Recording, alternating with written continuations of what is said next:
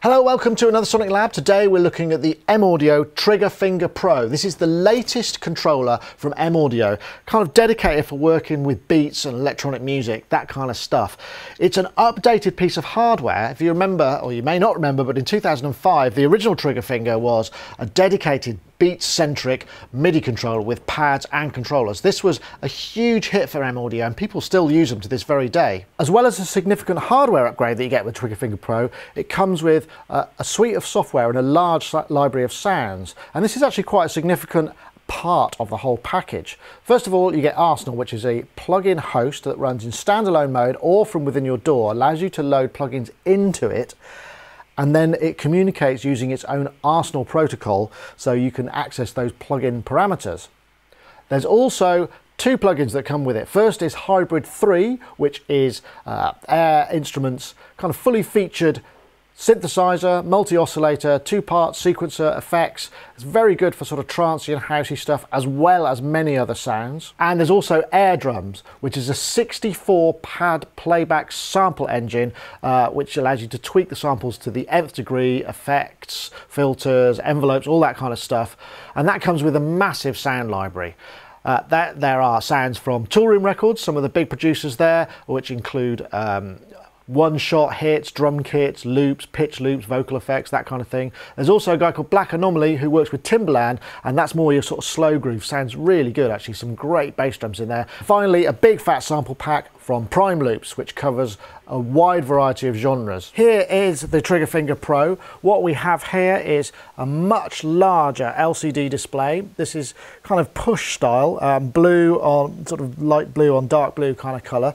We've got the same bank of 16 pads times four pad banks. Each one is color coded, though we can actually change the color of the pads as we see fit. All the pads are velocity sensitive and also pressure sensitive. On the control side, we've got 4 faders, short throw faders, 4 buttons and 4 V-pots. Then we've also got this DAW control for sort of cursor, moving the cursor around, and an enter button. This is all assignable. And then we've also got this transport control. But the really big deal is the fact that there's a sequencer built in. Yeah, the sequencer is actually quite a big deal because this is a hardware sequencer, standalone hardware sequencer that can output over USB or MIDI. While we're looking at the actual unit itself, let's hold it up here and you can see that it's quite a solid looking affair with this kind of little stand that's detachable.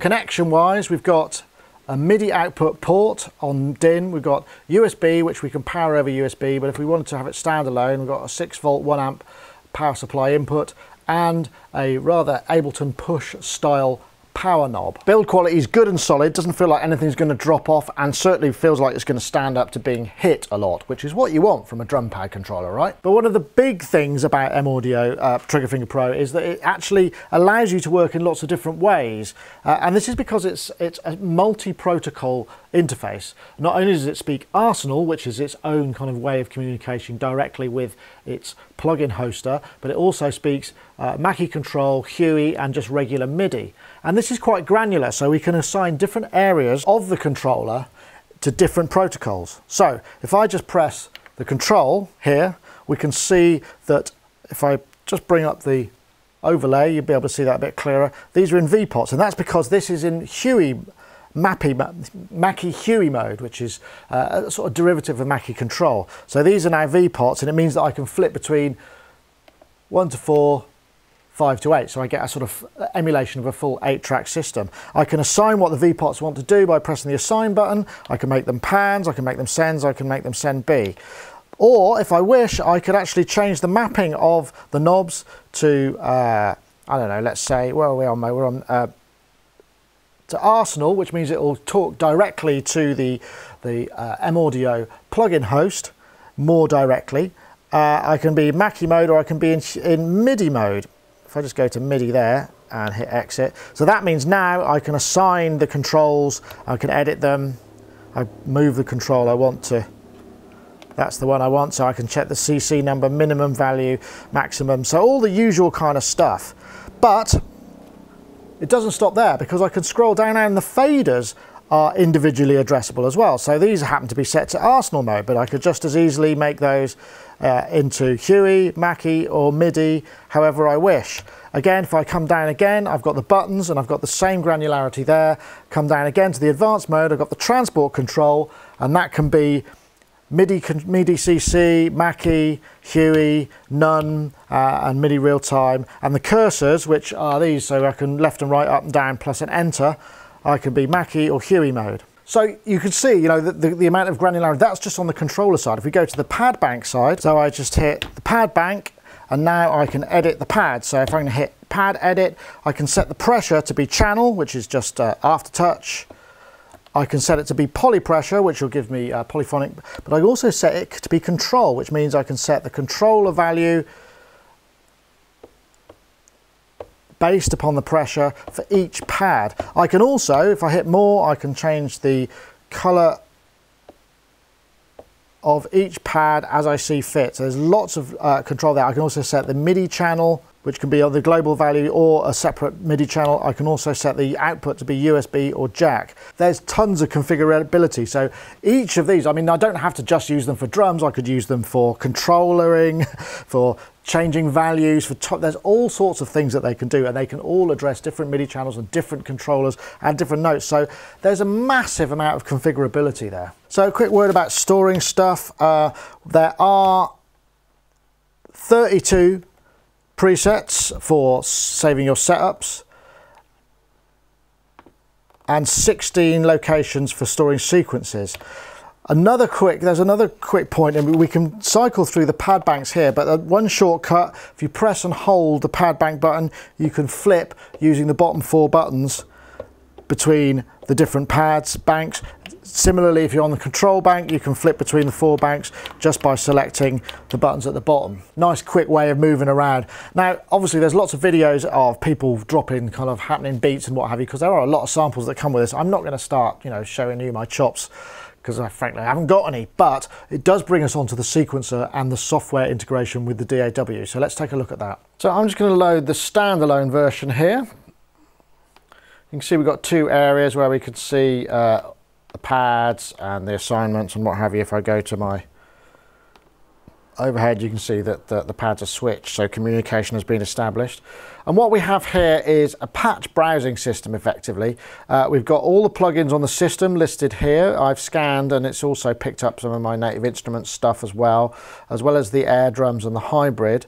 And basically, if I click on hybrid, I've got the possibility of just kind of narrowing down patches based on these kind of keywords that I've got. So I could set up as many of these as I want, and it sort of might suit my particular patch browser. We'll go to air drums first.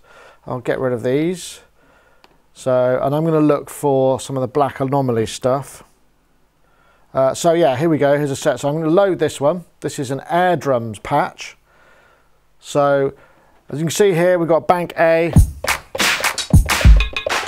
And now I'm able to play my patches. And what this has done, in fact, if I switch banks, because I can do this by switching banks, this has loaded sounds into all 4 banks of air drums, because it's entirely possible that some of these patches just load into bank A. So now if I come to my overhead, I can press the control, and you see these 2 slots here that have none. I can press and hold, and now I can actually load different sets or kits into the system. Now, hit that, and now that's loaded. I could also have a second slot here, which might be, I don't know, let's try kick and snare, see what that does. So now I can basically flip between sample sets quite quickly, and that means, you know, I can load and browse from this system. Unfortunately, it's not possible to load a sound bank into a specific pad bank from the front panel at this point, which would be nice in terms of adding extra workflow. So if I wanted to switch banks and just load a sound into it, I can't do that, but I can save an overall patch and pull the whole thing in, which would have those sound banks assigned as well. So we just take a look at some of the other sounds in here. We'll load this one, which is one of the prime loops, and you can see we've got loops that play back in here. But the other thing that's kind of cool about this is a lot of these loops have some form of time stretch. I don't know quite how it does it. Maybe it's sort of some sort of Rex issue, but I can obviously change the tempo to match my composition. So if I just zoom in and give you a look at the kind of number of sounds that there are here, we've got basically, there's the anomaly kits, lots and lots of kits and layer kits and kick drums and snares and granulated, and then the prime loops, all these different genres, then the tool room guys, and there really are tons. So if I just go up to anomaly,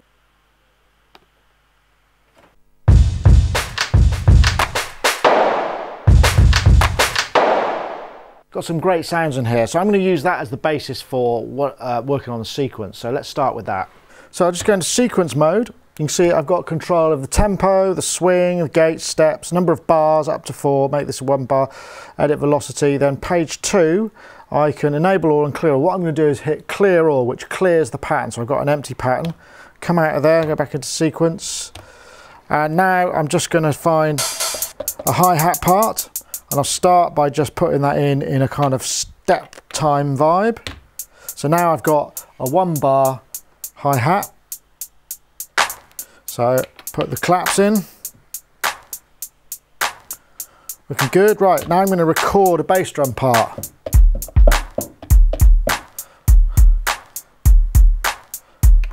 That's what I wanted to do. I think I'll swing that up a bit. Okay, come out of there now. Then I'm going to roll mode because I quite fancy putting this Compressor part in. So, just we're going to record.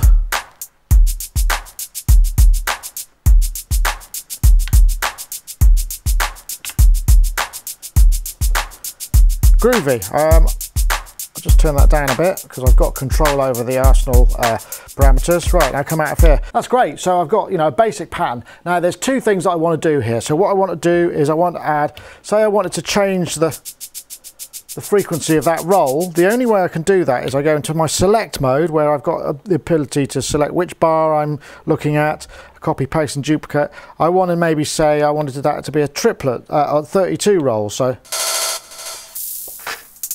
now that's working, but it affects the overall tempo of the sequencer, which means I can't have an independent roll different to the resolution of the sequencer. I understand they're going to look at this and maybe that's going to be something that will be updated in a future firmware.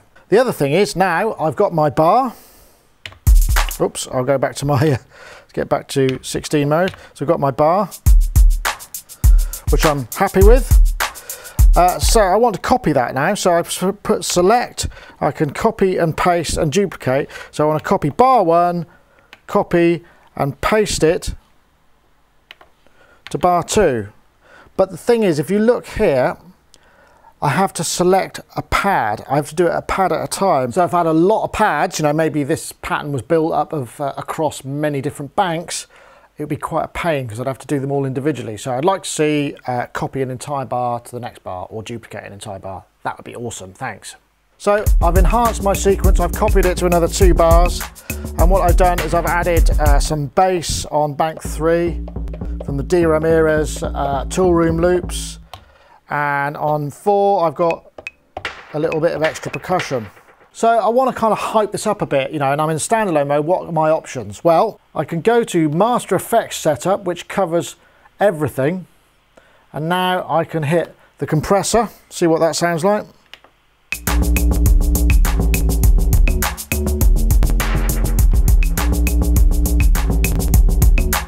Yeah, I'm liking that. It gives a bit of extra height. I could add some reverb. Don't think I'll be doing that though. And I got this hype as well. So before we go anywhere else, we should take a look at the way that the control surface works with the parameters through Arsenal. Now you can see here that the controls down here, A1 release, A to A4, correspond to what we're seeing in the knobs on this shot here. So if I turn the release on this clap, it's mapping to that particular parameter of air drums. Volume, fader, mute. This is how it's set up. On this particular set of preset bank, we've just got all the pads 1 to 4, 5 to 8, 9 to 12, 13 to 16. But it's very easy to set this up however you want. So if I now go to, I say I might want to reassign this particular knob here, I have got enormous control over everything. So I've got all the effects, the reverbs, I've got banks, I've got individual samples on banks, and all these parameters for each individual pad. It's absolutely insane the amount of control, and that can all be mapped and stored. And the thing about that, those mappings are saved with the patch that you store inside of Arsenal. So the mappings might change from patch to patch, and every time you recall a patch, those mappings are recalled with it. So it's actually very powerful. And the same works with external plugins. If I was to use, I don't know, Massive or something, I could bring that into here and I would save the mappings that I want, maybe cut off anything specifically. I could change them around, and again, that would be saved with the Massive patch in my favorite list in this side of the browser. So now let's load up another sequence and see how it plays in the DAW. So I've got Arsenal set up in Ableton Live here, and I've got quite a lot of complicated layers of control happening. So first of all, obviously my pads are playing the sounds. If you see here, I've got an instance of Arsenal on track 1, and I've got my kit loaded with the mappings. I've got a control bank 1, so decay, release. You can see they're all set up nicely there and doing their thing. If I open the actual plugin on bank A, I've got my drum sounds. Bank B, I've got the bass sound that I loaded in for my sequence. Bank C, I added a bit of percussion. So now I've got this loop running, which is my sequence. I've added a little bit of extra percussion there. All well and good. Now the thing is, I've got my percussion running here. What if I want to run another instance of Arsenal and control that? Bearing in mind that my transport control also controls live, because I've got that set up to be, my transport control is Mackie and my cursors are Mackie. And that means that these controls, the loop, stop and play, all control live. The record button, bizarrely, does not control live. That only controls the internal sequencer. It's not possible to decouple the transport control from the sequencer or effectively disable the sequencer. The only way you can stop it coming into play is to clear the sequence and have nothing going on. So first of all, to do that, I'd need to record my sequence into the sequencer and then play back the sounds through the instance of Arsenal, which has those banks in it. That's easy to do. We can set that up, no problem. So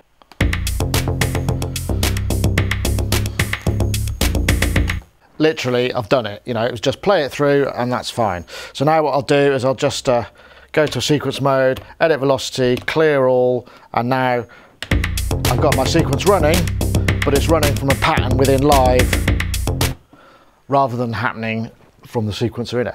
It just makes it a little bit more complicated, but it's something you should bear in mind. Right, so my next trick is, say in another track, what I want to do is have another instance, and I've got an instance here of Hybrid. It's called Hard Pusher.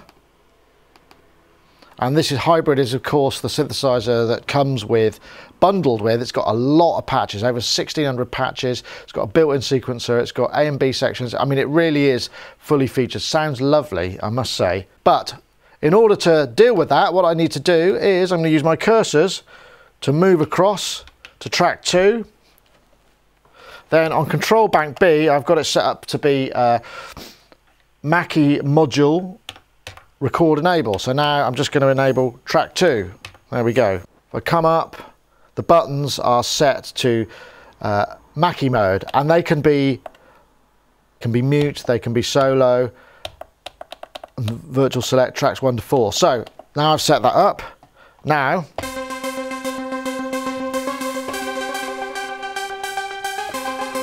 I've got that sound. Now the thing is, if you look back at the main unit here, I've still got the parameters that are attributed to the first instance of Arsenal. If I want to change that, it's simply a matter of clicking on the settings and making sure you click on the Arsenal logo, and now come back to enable. Now I've got all my parameters mapped as I see fit. Right, so, and of course I can change all of that. Now I'm just going to hit go in the sequencer and start playing.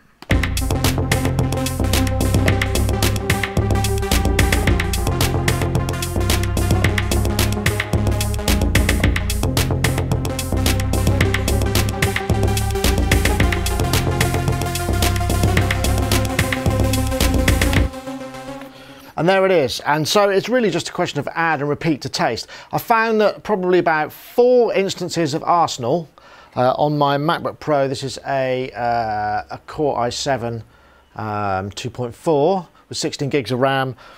4 instances of Arsenal with nothing going on added 1% to the CPU in Ableton. So, you know, there's quite a lot of headroom in there, and it doesn't seem to hog the CPU. It's just a control layer. And that's the point, you know, we can add all of our plugins into this whole thing. And once you start working in that way, it means that you've got, you know, nice, tight integration without creating additional versions of your plugin, effectively using just the host. It's quite an elegant system, actually. So overall, how am I feeling about the Trigger Finger Pro? I must admit, when I first started out, I found it a little bit daunting because there's just so much configurability. And that, in fact, turns into a strong point because we can address so many different devices and so many different ways of controlling them from this one system. It's actually really powerful. The bundled software and the plugin instruments really do add a lot of extra value. The only thing I would say is, you know, at this current stage, version 1, at the point of review, the browsing of the patches and the loading of the banks into air drums is a little bit clunky, and I would have liked to see tighter integration, but I'm sure that's something that they can fix with software because effectively they're communicating directly using their own protocol with Arsenal. So there's no reason why, you know, when I select bank B, I couldn't load one of those 8 gigabytes of included sounds and a bank of sounds into that selected bank. That's going to really speed up the workflow, and I'd like to see that coming in the future. But overall, it's about 299 quid. Other currencies will display below. It feels like pretty good value. I mean, I guess the only other thing that you might want to look at if you're in that world is possibly Machine and Micro might be of a similar thing. But when you consider the amount of plugins, the built-in hardware sequencer, the fact that it stands alone, I think you're getting a pretty good value deal here. And you know, other reviewers agree with me. They all kind of are raving about it. I'm nearly raving about it. There are a few things, as I said, I'd like to see integrated and some slightly quirky ways of working, but overall it's a great piece of kit.